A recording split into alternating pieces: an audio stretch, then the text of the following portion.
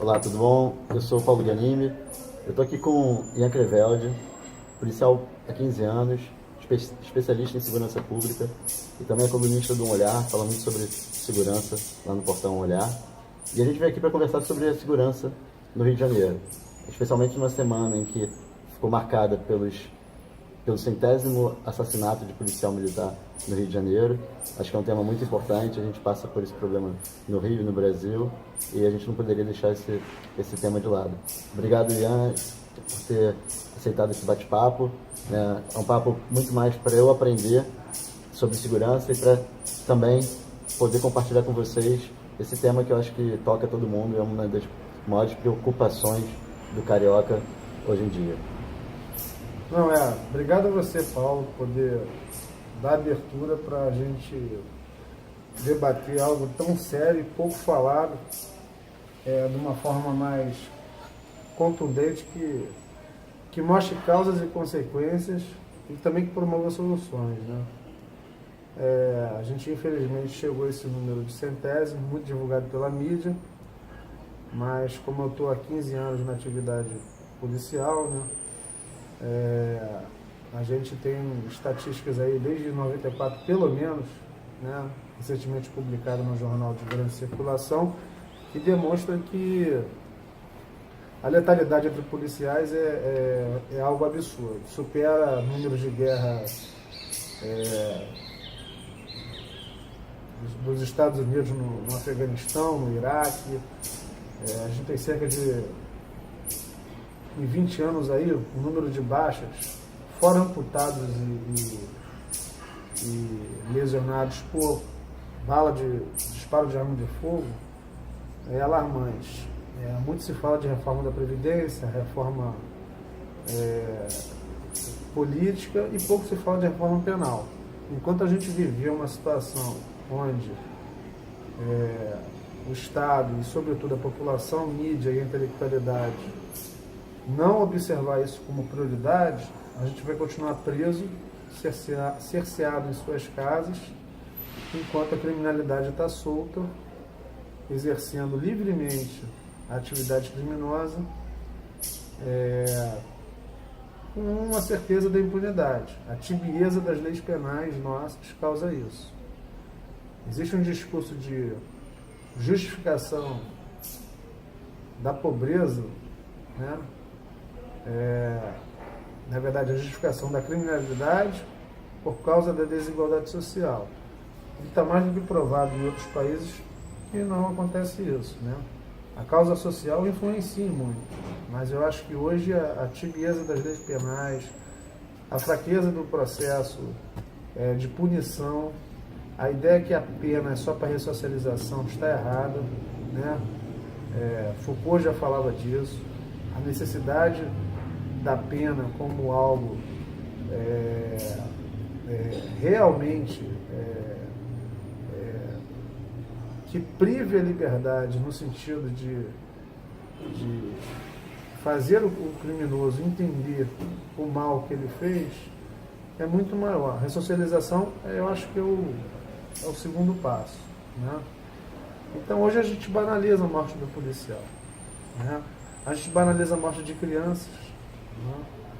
Então a gente tem que repensar nesse modelo jurídico penal que hoje existe no país.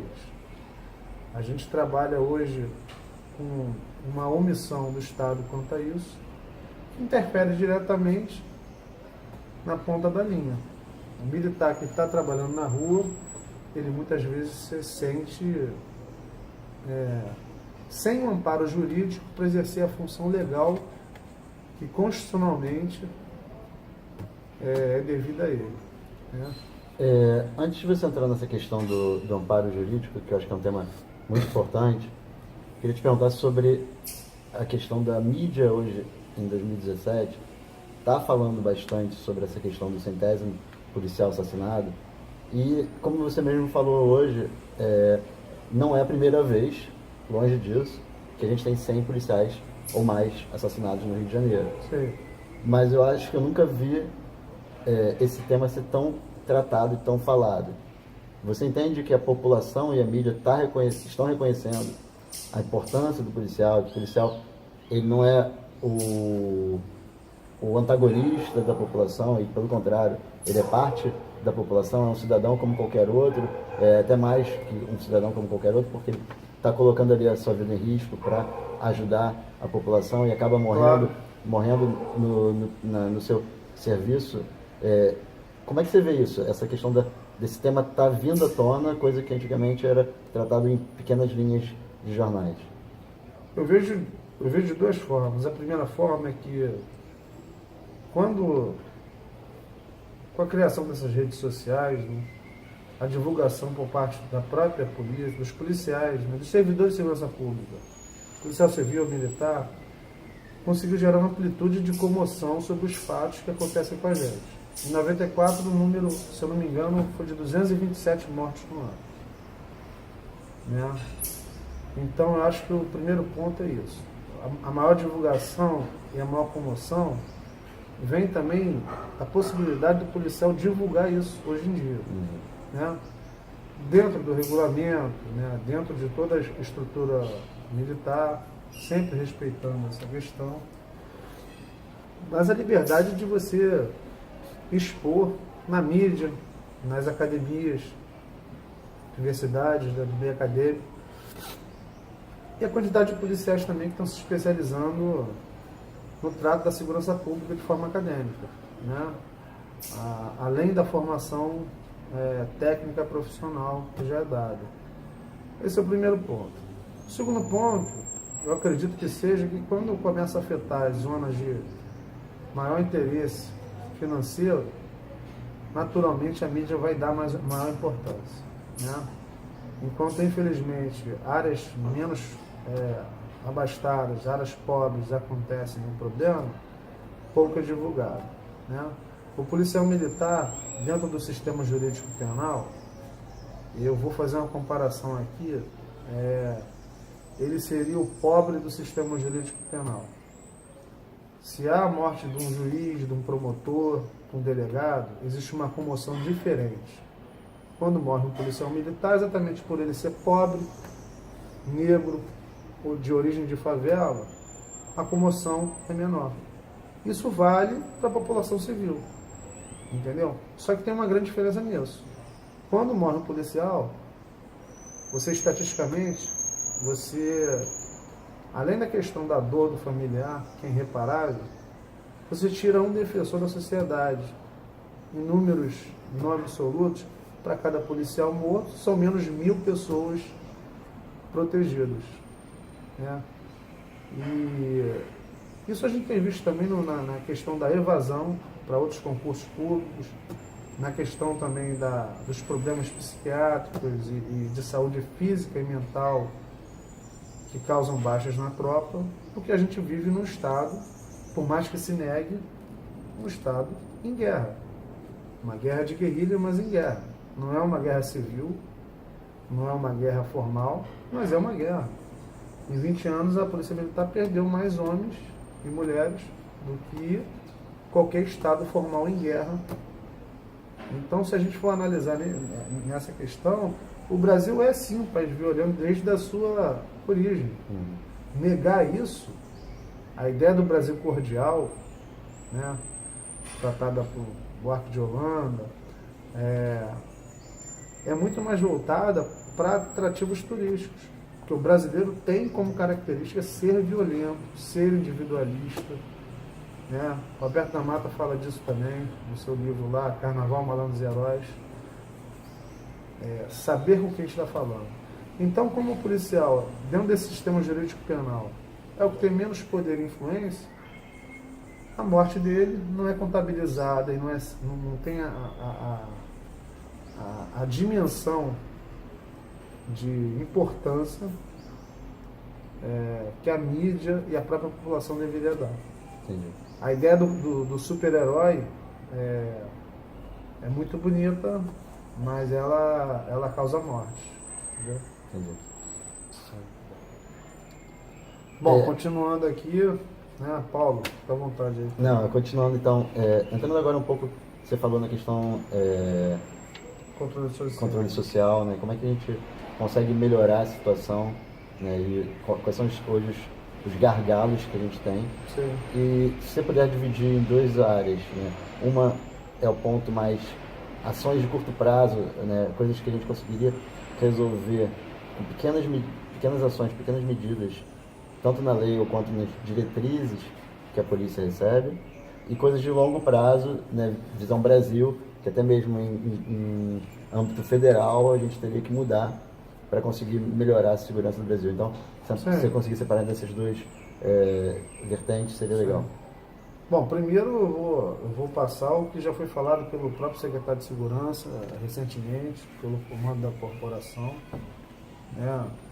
Até não poderia falar diferente, até por ser militar. Mas que realmente, teoricamente, com fundamento Prático necessário, também. Prático também, é a necessidade de uma reforma penal. Né? Quando a gente estuda na academia, academia eu me refiro nas universidades, essa questão da justificação da violência pela questão da desigualdade social, ela deve ter um limite.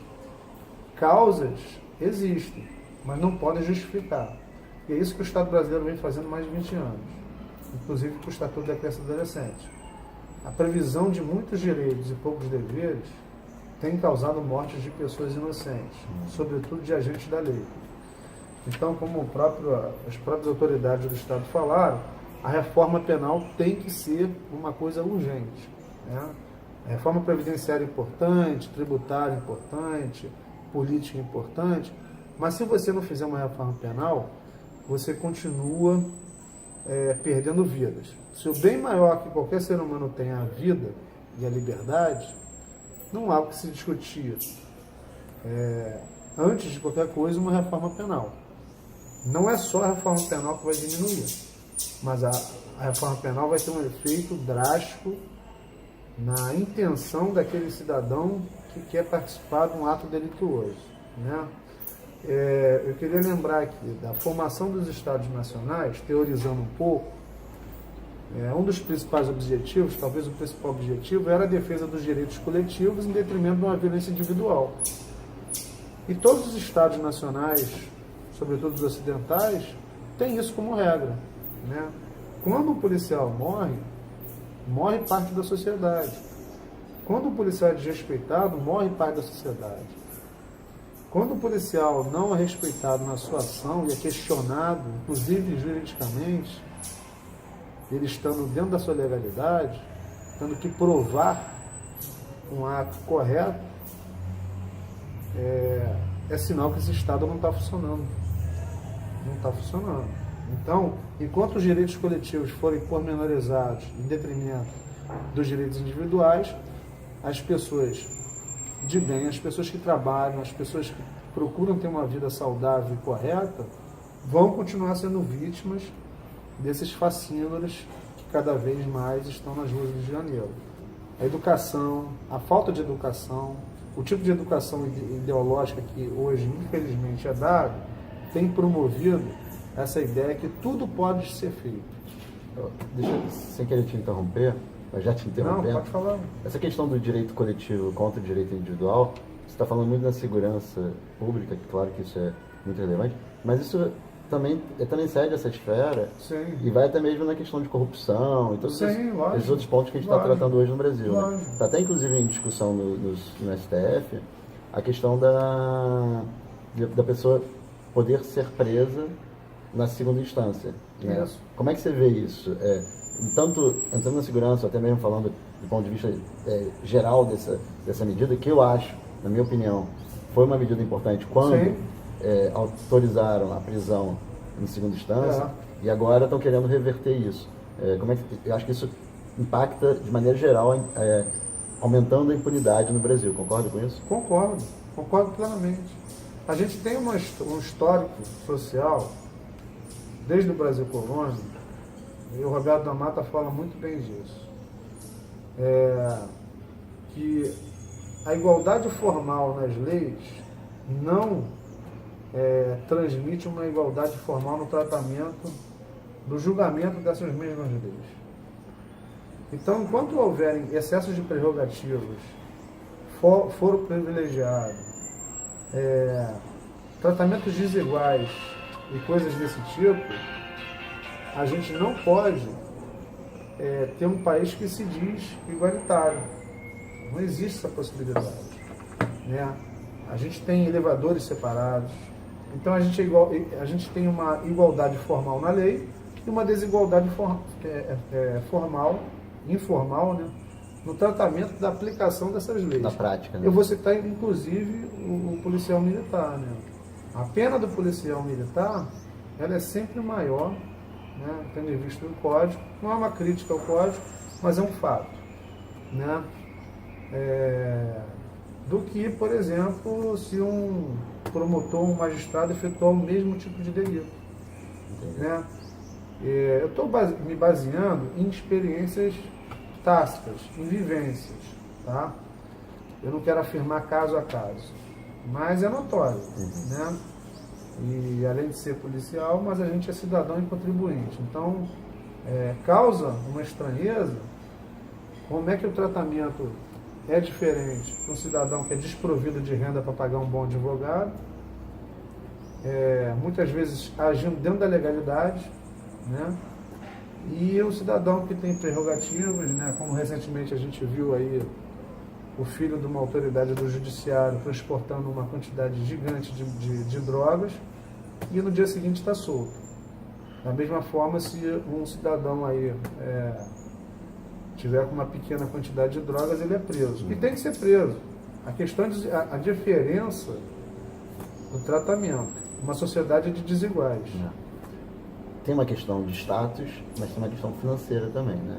Concordo com isso? Que a pessoa que não tem uma condição financeira para arcar com um advogado, ela acaba ficando presa, enquanto uma pessoa mesmo não sendo filho de um desembargador ou de alguma outra coisa, ela consegue pagar um advogado e acaba conseguindo sair da prisão. Com certeza. Além da questão financeira, existe uma questão da influência, né? Sim. Muitas vezes a questão financeira é primordial, né? Existe uma hierarquização financeira no trato das coisas jurídicas. Mas existe uma questão também de influência. Se você conhece fulano, você tem um prestígio. Exatamente. É o fisiologismo político. Entendeu? Claro. Mas com certeza a questão financeira é primordial. O julgamento é de acordo com quem com o poder aquisitivo da pessoa. Um bom advogado, ele consegue fazer milagres no convencimento jurídico, né?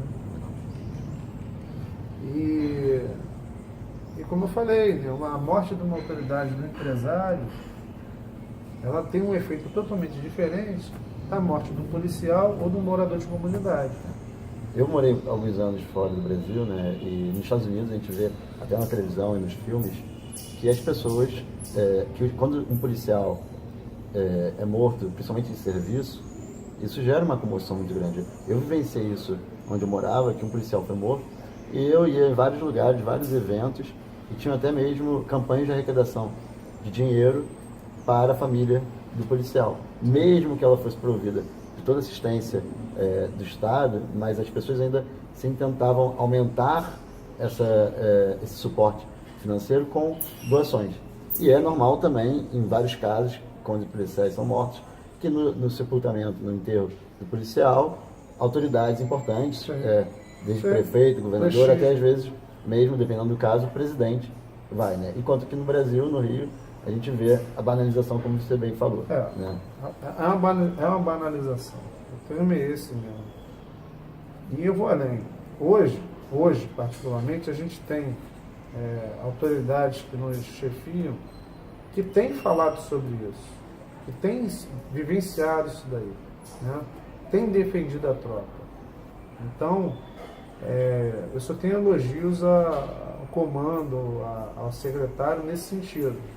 A questão é que a gente vive mais de 20, 30 anos uma desumanização do policial. Eu participei recentemente de uma audiência pública promovida pelo Ministério Público do Rio de Janeiro sobre segurança pública. Sim. E lá tinha basicamente duas partes da sociedade brasileira, carioca, né? A polícia militar e as favelas. E, claro, algumas pessoas como eu que estavam lá para entender mais sobre o assunto e para ver quais seriam as atitudes, as ações que sairiam de lá. E ficava muito polarizado, né? Sim. A minha pergunta é, aquela grande parte das pessoas que estavam ali representando as favelas tinha uma hostilidade muito grande para com a polícia militar. E quando eu converso com pessoas, amigos e conhecidos que vieram ou moram nas favelas, a percepção é diferente, né? Então a imagem que a gente fica quando a gente participa de eventos como esse é uma, e o que eu enxergo quando eu converso com pessoas é outra. Sim. Você que já trabalhou em comunidades, em favelas e tem essa experiência, como é que você vê essa relação entre a polícia militar e os moradores da favela, e não só da favela, os moradores do Rio de Janeiro como um todo? Você vê essa hostilidade de fato, ou é algo que a mídia mostra e principalmente algumas organizações tentam sustentar? Como é que você vê isso? Tem um professor, hoje é secretário de Segurança de Goiás, que eu admiro muito, que é o Balestrelli, né? Ele fala sobre a necessidade da gente diminuir a distância entre esse revanchismo da época do governo militar, que as polícias acabaram herdando uma noção da população que a polícia é meio de controle dela. E não é. A polícia é meio de controle social do delito. Né? Eu tive a oportunidade de trabalhar em comunidade, né? Numa unidade pacificadora, e eu te digo com o maior prazer, né? A gente tinha uma recepção muito boa. Recentemente saiu uma pesquisa na Globo News falando que mais de 60% apoiam as unidades de polícia pacificadora. No entanto, devido aos recentes problemas, né, que a gente está passando de crise financeira, eu prefiro não opinar quanto à questão atual das UPPs, sobretudo por causa da vitimização policial e também de civis. Né? Porque eu não me acho, como eu não trabalho nisso, eu não posso exercer uma opinião. Eu vou exercer a opinião da época que eu servi. A gente tinha uma recepção muito boa. A gente tinha uma integração. Eu estou até com um livro aqui, onde a gente foi citado, um livro do morador, Mostra aí o livro. Elogiando o nosso trabalho lá na época na UPP do Salgueiro. Então, eu acho que esse distanciamento é criado muito mais pela mídia e, sobretudo, também pelo meio acadêmico. A gente tem pelo menos 2 gerações de professores, e eu tive a oportunidade de estudar, de fazer especialização em algumas universidades federais, e eu percebi um incentivo ao ódio ao profissional de segurança pública, na fala do professor. Isso causou que, se no nível de especialização de pós se fala assim, o professor do ensino médio pode reproduzir isso. Não estou falando que faça, mas alguns acabam reproduzindo. Mas é lógico que existe uma questão muito difícil no Estado. Enquanto os outros órgãos não entrarem com saneamento básico, saúde e educação, é natural que só na mão da polícia militar para resolver tudo, a coisa não ande da forma que deveria andar. Entendeu? Mas quem vivenciou o começo do projeto pode atestar que deu certo. Né? Eu prefiro não comentar sobre a atualidade, porque eu não sou um conhecedor da atualidade agora. E sem falar que a atualidade não é o que era o projeto originalmente. Exatamente, né? O projeto previa a entrada de outros órgãos públicos. Exatamente. E a polícia acabou abraçando tudo de forma muito competente. Não é por eu ser policial, mas eu tenho a obrigação de elogiar o comando da corporação na época, porque a gente fez muita coisa. A gente trabalhou diuturnamente, de forma a dar, além do policiamento ostensivo, oferecer serviços de atividade de lazer educacionais. Né? Mas hoje realmente é uma situação que só quem está vivendo pode comentar, né? Então é uma questão institucional que eu prefiro não Eu, falar. dando a minha opinião, né, principalmente no início do projeto, né, das UPPs, eu achei muito positivo. E eu acho que é um modelo legal, é um modelo interessante. Infelizmente, o Estado, por vários fatores, entre eles a quebra do Estado, né, e a corrupção que causou isso, né, além também da questão dos royalties do petróleo, que com o preço do barril de petróleo ter caído, o Estado do Rio de Janeiro quebrou. Mas eu acho que o projeto em si, se ele tivesse sido tocado de cabo a rabo, como deveria ter sido, eu acho que os efeitos seriam muito positivos. E acho até também, isso até sem dados estatísticos para comprovar, então é difícil falar isso, acho até que a gente pode dizer que o projeto, mesmo tendo sido deteriorado, ele foi positivo. Sim, Eu não acho sim. que... Os números de letalidade nessas comunidades diminuíram, até hoje são menores. Né? Infelizmente, Exatamente. esse ano a gente tem uma grande letalidade de policiais. Aham. Não que não existe de moradores, mas o número de letalidade policial é que é grande. O que me preocupa é a banalização do mal, né, perante a questão da morte de policiais. Quando o policial morre, morre parte da população. Isso tem que ser entendido. Sim. A vida do policial não vale mais do que a vida do civil. Mas quando há a morte do policial, há um afronto direto à segurança geral da população que cerca esse policial. Exatamente. Eu acho que você, tentando falar a mesma coisa que você está falando com outras palavras, né? Você tem o policial, que é uma pessoa comum, que morreu. E que poderia ser eu, poderia ser qualquer pessoa que morreu. Isso. Mas além disso, você está tendo uma baixa no quadro da polícia. Sim. E também desestimulando novos policiais competentes e que teriam interesse. Sim, ou não só policiais, mas pessoas comuns que gostariam de ser policiais, elas se sentem mais inibidas. E tem um efeito psicológico. Tem um efeito na tropa, né? Tem um efeito psicológico muito grande. Entendeu? Na tropa e na população. Claro. Porque, como eu falei, eu vou usar o termo, como tinha conversado contigo antes, né? Parafraseando a ideia freudiana. A polícia funciona como superego social. Né? Ela é limitadora daquelas atitudes imprudentes que vão de encontro com a normalidade da sociedade.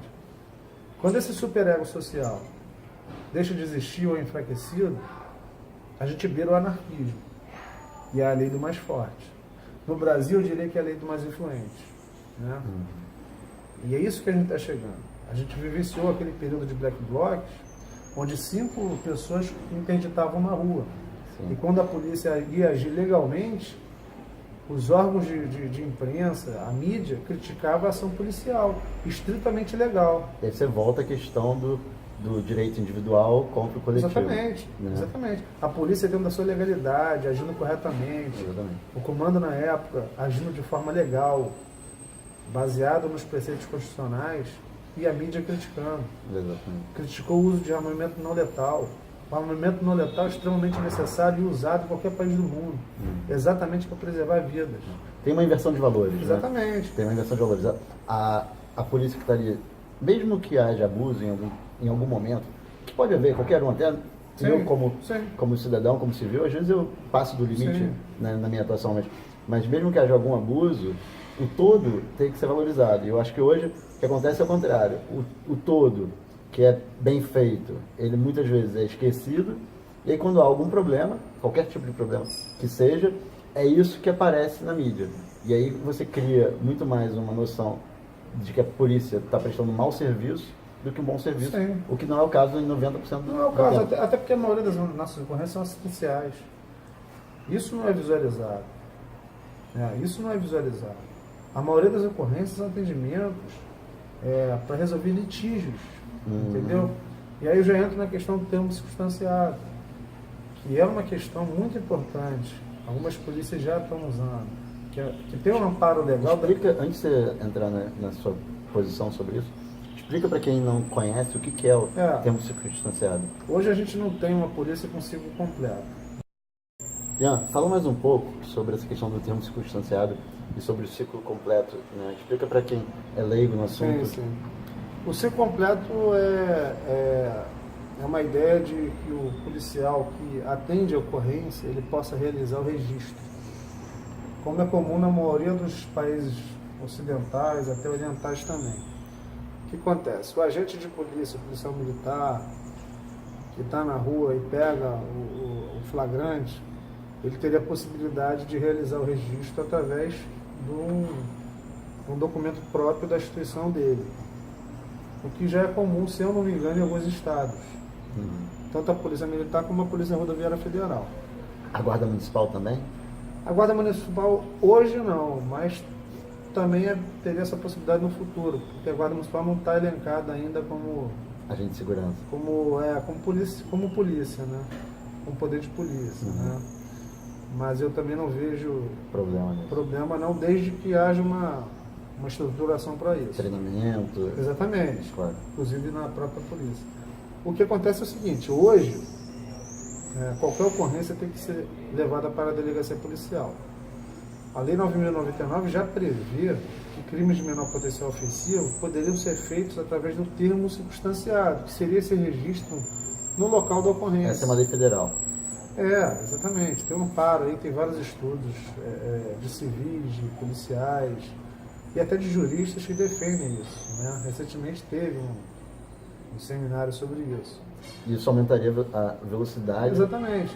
E não é uma questão de vaidade institucional, é uma questão de praticidade, celeridade e, sobretudo, é você preservar o bem público. Eu, como engenheiro de produção, né, sem entrar no mérito da questão técnica, né, mas entrando na questão processual, sim. Quando falo processual não no sentido jurídico do termo, mas sim no sentido de melhoria de processos, para mim faz todo sentido, né? Porque você pega o policial que está na rua, faz um registro de ocorrência, você tem que tirá-lo do posto de trabalho dele, ou seja, ele em vez de estar ali prestando serviço de segurança, ele vai estar numa delegacia, perdendo tempo e deixando aquele espaço ali desguarnecido de um agente da polícia. Exatamente. Né? E o delegado de polícia não vai perder a sua função de autoridade policial. Não. Até porque os crimes de maior potencial ofensivo devem ser registrados na delegacia. Eu acredito só que, por uma questão de celeridade, né, dos atributos do direito administrativo, né, toda a previsão nossa, já de legalidade, enfim, já poderia ser realizado isso já há muito tempo, sobretudo numa situação de crise de segurança. Exatamente. Cada viatura que você tira da rua, de qualquer polícia do Brasil, você desguarnece aquela área. Eu imagino um policial rodoviário, por exemplo, tanto da PM como federal, ter que se deslocar quilômetros para poder fazer um registro na Polícia Civil. Né? E às vezes uma Polícia Civil também carece de recursos. Né? Eu vi uma reportagem recente sobre policial na Amazônia. A dificuldade dele de pegar uma ocorrência e ter que transportar de barco. Até o professor Balestrelli cita isso daí. Então seria uma questão até de lógica, né? Mas por questões, né, que acho que não vem ao caso eu comentar, infelizmente hoje a gente não pode fazer isso daí. Eu acho que seria um ganho, né, a possibilidade de fazer o ciclo completo. Até porque hoje a gente vê a Polícia Civil fazendo também patrulhamento ostensivo. Então, se for uma questão de desvio de função, há de ser debatido quem está fazendo desvio de função ou não, entendeu? É basicamente isso. Mas eu acho que o principal não é uma questão de briga de classes, né? É uma questão de não é questão de briga de classe, é questão até de somar, de unir forças. Tem várias propostas. O inimigo não é esse, né? O inimigo eu não sou a favor de unificação, sou totalmente contra. Eu sou militar e acho que a polícia deve ser militar. Né? Em outros países, como você conheceu, existe polícia municipal, polícia do condado, polícia, e todas realizam o ciclo completo. A não ser se for crimes federais, crimes bem específicos, aí sim, crimes hediondos, mas as ocorrências cotidianas, que são a maioria que são atendidas pelo sistema 90 de qualquer polícia de qualquer estado brasileiro, poderiam ser feitas num local apropriado, na sede da Polícia Militar, mesmo na viatura. Eu vejo isso um ganho para a população. Isso é polêmico, né? A gente tem que tomar um certo cuidado até de falar, mas a intenção sempre não é desvalorizar nenhuma classe, e sim pensar no bem público, uma questão de gestão pública. Sim. Exatamente. Entendeu? E outras ideias que você teria hoje na segurança que poderiam melhorar a situação da segurança no Brasil? Não só eu, como a maioria dos policiais, se fossem ouvidos, desde os mais das autoridades até o soldado da linha, dar voz ao policial, ele ser ouvido. Isso é importante. Por quem? Pela sociedade. Pela sociedade. Pela sociedade. Eu não estou falando em mídia, e sim no dia a dia. A gente percebe uma mudança de comportamento, como você mesmo citou. A população tem começado a acreditar no serviço policial. Acabar com esse revanchismo. Entender que o policial é um prestador de serviço público. Não é o algoz, não está em busca do inimigo. Desde a comunidade mais carente à área mais nobre da Zona Sul. Mas infelizmente a gente tem uma cultura também que tudo é culpa do Estado. Se você for comparar com a sociedade americana, é muito comum as associações comunitárias, aliás, vem de lá essa ideia de associação comunitária, de ONG, se reunirem e debaterem junto com o poder público forma de solucionar. Culturalmente a gente aqui no Brasil tem essa necessidade de sempre culpar o Estado. E o Estado que está na rua é a polícia. Então, naturalmente, se torna vítima de uma situação que ela não causou. Então, infelizmente, as poucas ONGs que a gente tem aqui, com raras exceções, elas estão mais preocupadas em defender direitos específicos de certas áreas. Não acho que não deva ter, mas eu não vejo hoje uma ONG defendendo policiais mortos, familiares de vítimas civis mortos. No Fórum de Bangu, alguns anos atrás, morreu um policial fazendo segurança de uma criança de 3 anos. Isso não chocou a sociedade. Saiu na mídia um dia e uma criança de 3 anos e um policial militar que fazia a segurança do juiz. A minha pergunta é se fosse um juiz. Nada contra o juiz, pelo contrário. Até porque ele deu todo apoio na época para o policial. Mas eu não vi uma comoção social. Uma criança de 3 anos, assim, isso impacta. Você acha que falta representatividade da polícia? Porque eu digo representatividade não das autoridades policiais. Sim. Não é isso. Estou falando frente à opinião pública. Eu acho que isso tem melhorado.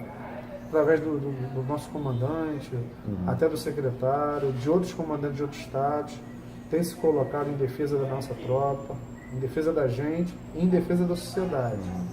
Eu acho que esse canal está começando a se abrir. Que a internet está possibilitando também, né? E a internet facilita muito.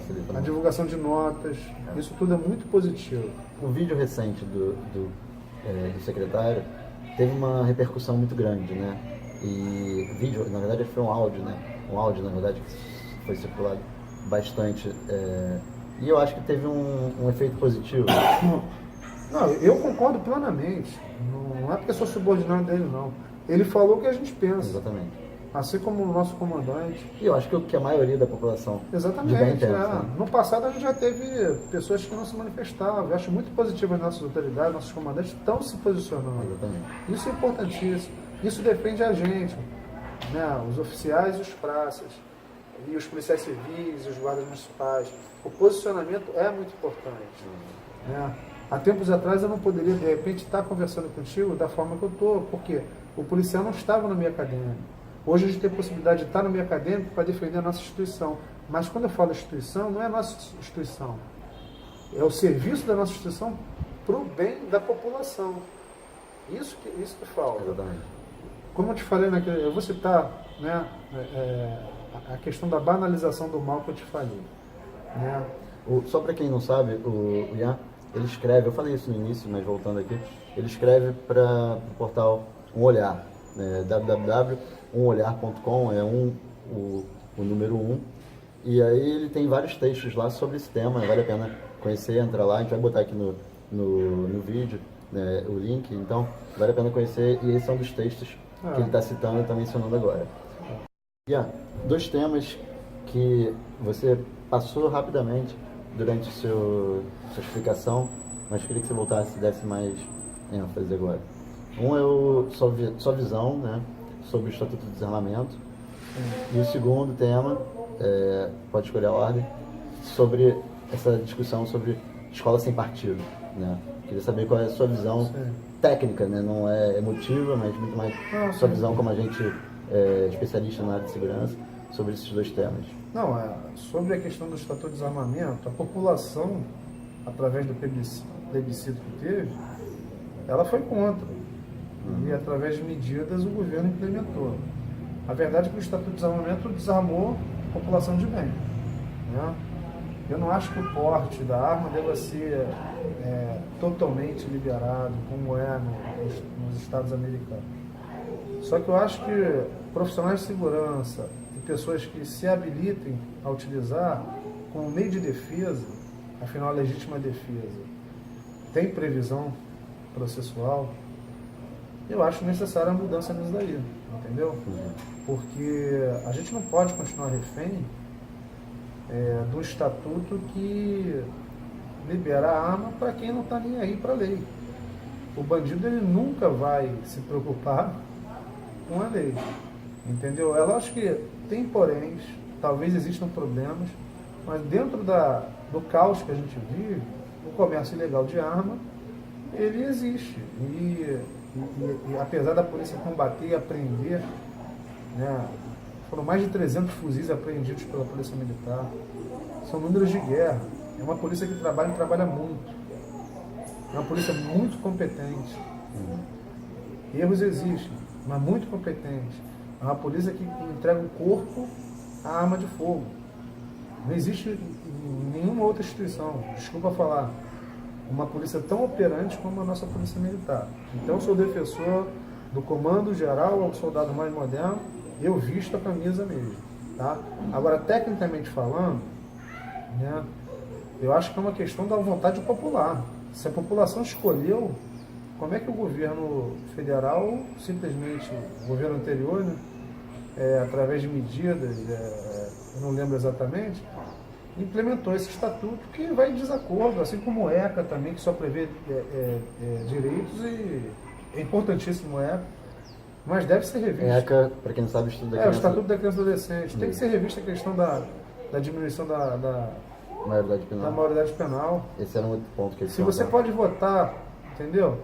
Se você eventualmente está dirigindo, se você pode criar filho, como é que você não pode ser responsabilizado por um ato criminal, um estupro, um homicídio do policial? Isso tem que ser revisto, né? E a segunda questão que você abordou aí... Sobre a escola sem partido. Não, a escola sem partido é uma questão muito importante. Eu vou priorizar a universidade sem partido. Eu tive a oportunidade de estudar uma especialização, iniciar um mestrado também, onde se você se identificasse como policial, você já era mal visto, né? Qualquer comentário seu era tido como fascista, né? Apenas por querer debater questões primordiais, e a universidade é um espaço democrático. Deveria ser. Então, pelo menos há 2 décadas, a gente tem a formação de professores marxistas, leninistas, gramscistas, né? Que eu acho que todos os autores devem ser estudados, inclusive esses. No entanto, eles não podem dominar o debate ideológico.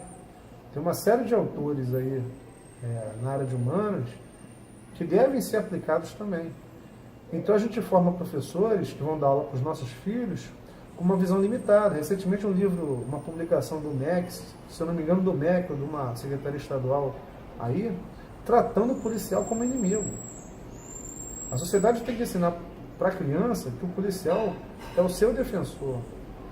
A mãe tem que parar de dizer para o filho que quando ele erra vai chamar a polícia. Não. Isso é muito importante. Tem uma questão de formação, processo de ensino-aprendizagem, Piaget, tudo aquilo que qualquer pedagogo básico ensina. Os nossos pedagogos hoje, infelizmente, em grande parte, estão ensinando errado. E você tocou num ponto bom, né? Recentemente teve um caso que uma mãe pediu para um juiz proibir a presença de um pipoqueiro na porta da escola porque ela não conseguia controlar a vontade da criança comer pipoca. Ou seja, a sociedade hoje está entregando para o Estado, ou para a escola, nesse caso, e para o juiz, nesse caso, o papel de educador. Né? E eu acho que tem muito a ver com o que você está falando. Não, a educação é a família que dá. Exatamente. A escola, ela tem que ensinar o processo de ensino e aprendizagem, a formação intelectual, cultural. A educação familiar, quem tem que dar são os pais. Isso cria duas vertentes. Ou alguns pais se omitem e deixam tudo com o colégio, o que é um erro também, e sobrecarrega o professor. Mas, sobretudo, também tem um outro lado. A questão da doutrinação ideológica desde a tenra infância. Exatamente. Sobre vários assuntos, né? Não é sobre segurança. E isso não é uma questão de classe social, de questão financeira, não. Isso em todas as camadas. Em todas as camadas. Como eu disse, são 2 gerações de professores formados com essa ideia. Exatamente. Eu sou professor de português também, né? Eu fiz. De 2000 para cá mudou muito. Eu ainda tive uma formação razoavelmente não ideológica. Mas nas pós-graduações que eu tive a oportunidade de fazer, aponta ou você fica calado na sala de aula, e na prova que você passar, você tem que responder de acordo com o ditame de professores que são aliados a partidos comunistas, a verdade é essa, a partidos de extrema esquerda, né? Porque eu acho que a esquerda deve existir. O meu problema é a extrema esquerda. Entendeu? Qualquer país civilizado existe o conservador, o moderado e a esquerda. Aqui não. Aqui a gente sofreu um processo, desde o governo militar, da ascensão de um viés ideológico único. Então, propostas como a questão do gênero, que me incomoda muito. Isso não quer dizer que eu sou contra o fulano ou ciclano por sua opção. Então, você não pode doutrinar uma criança dentro do colégio, contrariando a formação básica que ela tem em casa. Entendeu? A gente é contra qualquer tipo de preconceito a favor da diversidade. Claro. Qualquer pai civilizado, educado, tem que ser. Isso é diferente de você querer impor certas doutrinas, entendeu? Você criar uma cultura de ódio contra policiais, contra a religião. E é isso que a gente tem visto aí. A minha preocupação muito grande é essa. Entendi. Vou te fazer uma pergunta, acho que é a última pergunta. Responde se quiser, se você sentir a vontade para responder, senão a gente vai cortar aqui. Não. Legalização das drogas. Sim, eu sou contra. Tá. Eu sou contra. Sobretudo porque, voltando à questão acadêmica, as pesquisas que indicam que a legalização é algo positivo, elas são pesquisas direcionadas, na minha opinião. Você pega um público-alvo, faz uma pesquisa focal qualitativa para provar o que você quer. Não é segredo para ninguém que o ambiente universitário é um dos ambientes mais comuns para a utilização de drogas. Até por ser universidades federais, a polícia não ter acesso. E eu tive o desprazer de conviver num ambiente onde o policial militar foi cerceado no seu direito de apreender um traficante ou um usuário. Isso gerou polêmicas. Teve um candidato, não vou citar nomes, que só em ir dar uma palestra recentemente numa universidade federal ele foi agredido. Então, eu sou contra, né? Mas não por ser policial. Eu sou contra porque o Brasil, sobretudo, não tem uma estrutura de saúde pública que atenda a isso. Você quer dirimir o problema, você cria estruturas de saúde pública para diminuir. Mas você legalizar algo que é maléfico, como é que a gente pode fazer uma campanha contra cigarro e querer liberar drogas mais pesadas? Eu acho que é uma coisa até simples, um raciocínio simples, né? A gente não vai acabar com as drogas, não é isso. Mas a diferença de usar uma droga legal como uma ilegal está na vontade do cidadão de transgredir. E essa questão de transgressão, né, é o primeiro passo para transgredir em outras coisas. Do usuário virar traficante é um pulo. Né? Essa ideia do pequeno traficante não existe. Traficante é traficante. Né? E deve responder perante a lei. Porque ele financia armas, financia a morte de policiais, financia a morte de civis, oprime morador de comunidade. Entendi. Entendeu? Então, Ian, para terminar aqui esse nosso bate-papo, vamos inverter a dinâmica. Agora é sua vez de me perguntar. Fica à vontade, pergunta o que você quiser. Claro que o objetivo aqui foi muito mais eu aprender do que não, explicar. Aprendizado muito. Então, mas faz aí algumas perguntas que estou pronto para responder. Não, Paulo, a pergunta é bem simples, mas é importante. É o que eu costumo fazer para quem conversa comigo sobre segurança. Né? Qual a polícia que o cidadão quer? Qual a polícia que o cidadão quer? No sentido de que tipo de serviço você entende que a polícia deve exercer? Tá. Olha, eu não sou especialista, né? Na verdade, até por isso que eu estou aqui hoje com o Ian, para entender bem sobre segurança pública, que é um tema que para mim é muito importante. Eu acho que é um dos principais temas do Brasil hoje. Sim. E eu acho que a gente tem que levar isso em frente. E como cidadão, não como especialista, Sim, mas como cidadão. a polícia que eu quero é uma polícia rigorosa. Rigorosa com ela mesma e rigorosa com o cidadão. Porque eu acho que a pessoa de bem, a pessoa que não está fazendo nada de errado, ela não tem que temer o rigor. Exatamente. Né? E eu acho que é através do rigor que a gente consegue melhorar a ordem pública em todos os sentidos. A gente tem exemplos como, por exemplo, Nova York, né, que foi feito aquele programa chamado de Tolerância Zero, ou Janela Quebrada, que todos os delitos, ou todos os pequenos problemas eram tratados rapidamente. E isso causa uma sensação de segurança muito maior. Por quê? Você não tem lá uma sensação de caos, de impunibilidade, né? Claro que nem tudo é papel da polícia. Sim. Mas eu acho que a polícia, agindo em prol desse posicionamento, eu acho que ela vai melhorar a segurança, não só na questão de combater o crime, mas criar um ambiente, uma atmosfera. Aí eu acho que a Guarda Municipal também tem um papel importante nisso. Sim, claro. Né? Criar uma atmosfera de controle, de rigor. Né? E eu acho que a polícia tem um papel fundamental nisso. Então eu vejo a polícia como um agente importante de segurança, como um agente importante para melhorar a situação do Rio e do Brasil, né? Tanto econômica, porque eu acho que é fundamental.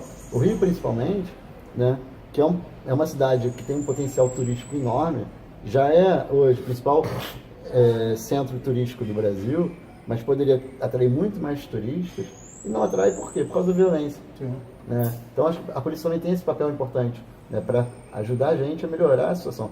Fora também, a gente está vendo agora a quantidade de roubo de cargas no Rio de Janeiro, que está fazendo com que várias empresas, indústrias, estejam saindo do Rio ou fechando as portas de fato, porque não conseguem mais se sustentar por causa disso. Então, mais um papel também que é importante, né, para melhorar a economia, melhorar a atmosfera, o ambiente empresarial do Rio de Janeiro.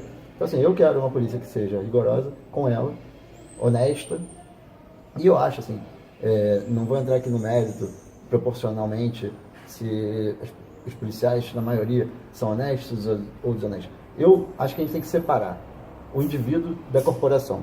Né? Se é policial desonesto, se é policial que comete abuso de autoridade, ele tem que ser punido, ponto. Sim. Agora, a corporação da polícia não pode ser prejudicada, não pode ter sua imagem prejudicada por conta de pessoas. Sim. Né? Então, eu acho que a gente tem que separar. Então, eu acredito muito na polícia, eu acho que é importante a gente valorizar a polícia. Não vou nem entrar no debate também, como você mesmo até levantou, da unificação das polícias, tudo mais. Não sei se é o melhor modelo, não sei qual é o melhor modelo.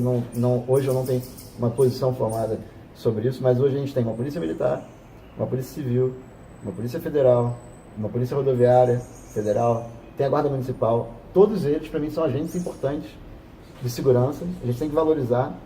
E quando eu falo valorizar, em todos os sentidos. Valorizar, dar apoio, valorizar financeiramente, né? Não denegrir a imagem. Eu acho que a gente... Moralmente, exatamente. Moralmente. E, sinceramente, eu circulo muito em lugares que eu convivo com policiais. Né? Isso eu estou falando de você, por exemplo, que está aqui hoje conversando comigo, ou até mesmo nas ruas do Rio de Janeiro. Sim. E olha, quando eu vou perguntar alguma coisa, pedir ajuda, falar com a polícia de maneira geral, principalmente esse que está na rua, eu sou sempre tratado com cordialidade. Né? E eu acho até natural, eu vou a jogo de futebol, eu gosto de futebol. Não fui até nos últimos recentemente, mas eu vou bastante. Quando tem confusão, eu que sou um cidadão comum, vejo uma confusão, claro que eu não vou pisotear alguém, mas eu sou humano, né? Sim. Então é natural que você haja numa confusão para se proteger. Claro que o policial que está ali controlando a situação, ele é um profissional, mas ele é um ser humano também. Então é normal que os ânimos se exaltem numa confusão, né? Claro que tem que ser o menor possível, né? O policial está ali para controlar. Então eu não vou esperar que um policial, no meio de uma confusão, que ele consiga separar de forma absoluta, né, quem é o joio do trigo, né? Quem é o cara que está ali criando confusão. Claro que ele tem que tentar, não estou falando que ele tem que sair metendo pau em todo mundo. Existe o uso progressivo da força. Exatamente. A questão é um amparo jurídico para o uso necessário da força. Exatamente. Aquilo que eu te falei da necessidade do agente policial ou do guarda ter amparo jurídico na sua ação. Exatamente. Então, assim, eu acho que a polícia é importante, eu defendo a polícia, eu policial, principalmente como instituição, mais uma vez, né? Não vou dizer aqui, o João, o José ou o próprio Jean são policiais corretos ou honestos. Não, não é isso. Mas eu não vou fazer o contrário também, né? Assim como a gente fala do político, né? A gente tem hoje uma generalização que todo político é desonesto, é corrupto, né? E não é verdade. Do médico. Do professor. Exatamente. Então, por aí vai. Então acho que a gente tem que separar a instituição da pessoa. E, sim, acho que quando a gente fala da pessoa, aí a gente tem que falar da pessoa como um ser humano, que é ali, principalmente quando ele é executado, quando ele é morto por um bandido, e não é por uma arma de fogo. Não é a arma que mata, é o bandido. É o bandido que mata. Isso também é uma coisa que a gente tem que parar, a mídia tem que parar de colocar que foi a arma que matou, que a pessoa morreu. Não, ela foi assassinada. O policial ali que morreu em serviço, ele foi assassinado.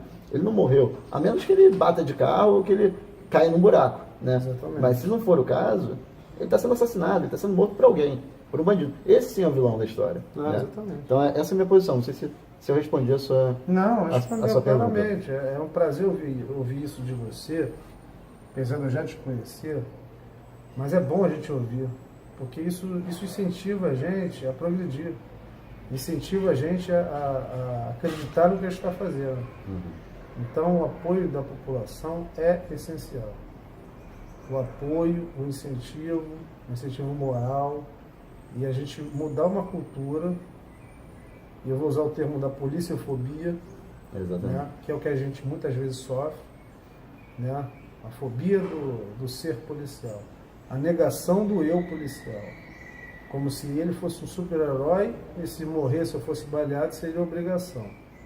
Não, isso não deve existir. Ali existe um servidor, na verdade um militar, que serve, que tem família, que tem filho, que tem pai, mãe, amigos, que sai cedo para trabalhar, que se formou e passou no concurso público. Hoje a gente tem uma tropa com maioria concurso superior. A gente tem mestrados com doutorados, entendeu? Muito se fala da formação, mas a nossa formação hoje é melhor do que muitas outras polícias do mundo, entendeu? A questão é que a gente vive num estado totalmente atípico, e dentro do estado totalmente atípico, tragédias acontecem. Então, Paulo, eu queria agradecer a oportunidade que você me deu aqui de falar. É sempre um prazer estar contigo, né? Espero poder te ajudar lá na revista. E é isso aí. Antes de concluir, eu vou te fazer uma última pergunta. Sim. E aí a gente conclui. Se você estivesse aqui hoje, agora, conversando com um deputado federal, um senador, um presidente, qual seria a principal recomendação, sugestão que você daria, né, em âmbito federal para melhorar a segurança pública do Brasil ou do Rio de Janeiro? Bom, vou dividir em três. Ok. Vou dividir em três que é necessário. Primeira coisa, valorização do agente público de segurança, seja o militar ou o civil. Né? Isso é primordial. Segunda, reforma urgente das leis penais desse país. Além de ultrapassadas, protegem facínoras com progressão de penas absurdas. Né? Isso são duas coisas primordiais. Tá? E a outra questão que eu ia falar é dar autonomia, através do ciclo completo, para o agente policial administrativo, né? Deixar de ser apenas um agente da autoridade policial. Né? O policial, através da Lei 9.099, poder realizar o termo circunstanciado, Isso eu não falo para a polícia, mas para a população ter celeridade e resposta baseado nos princípios da administração pública de eficiência, eficácia, entendeu? Legalidade, celeridade. Então acho que são 3 pontos que eu elencaria como primordiais aí. Valorização do policial, reforma penal e o ciclo completo. Legal, legal. Tá? Muito obrigado. Queria te agradecer, acho que esse papo, eu aprendi muito, espero que quem está assistindo aí tenha aprendido também. E se tiverem alguma dúvida, alguma questão que não ficou respondida, entra em contato com a gente, vai estar aqui divulgado no vídeo como entrar em contato. Obrigado, Jean, mais uma vez, e espero que a gente continue essa parceria aí para me ajudar a aprender mais sobre segurança pública e divulgar, acho que o trabalho positivo da polícia e dessa área de segurança, que é muito importante, eu acho que é o principal tema hoje no Brasil. Obrigado mesmo. Obrigado. Tá, obrigado aí. Tá. Queria só passar para o pessoal que está ouvindo, acredite na Polícia Militar do Estado do Rio, acredite no comando da corporação, os nossos policiais estão na rua, nós estamos doando nossas vidas para proteger a integridade, o direito de ir e vir de vocês, tá? Estamos com vocês, tá? Um prazer e agradeço muito ao Paulo aqui da oportunidade de dar voz para um agente de segurança pública aqui. Muito obrigado. Valeu. Valeu. Show.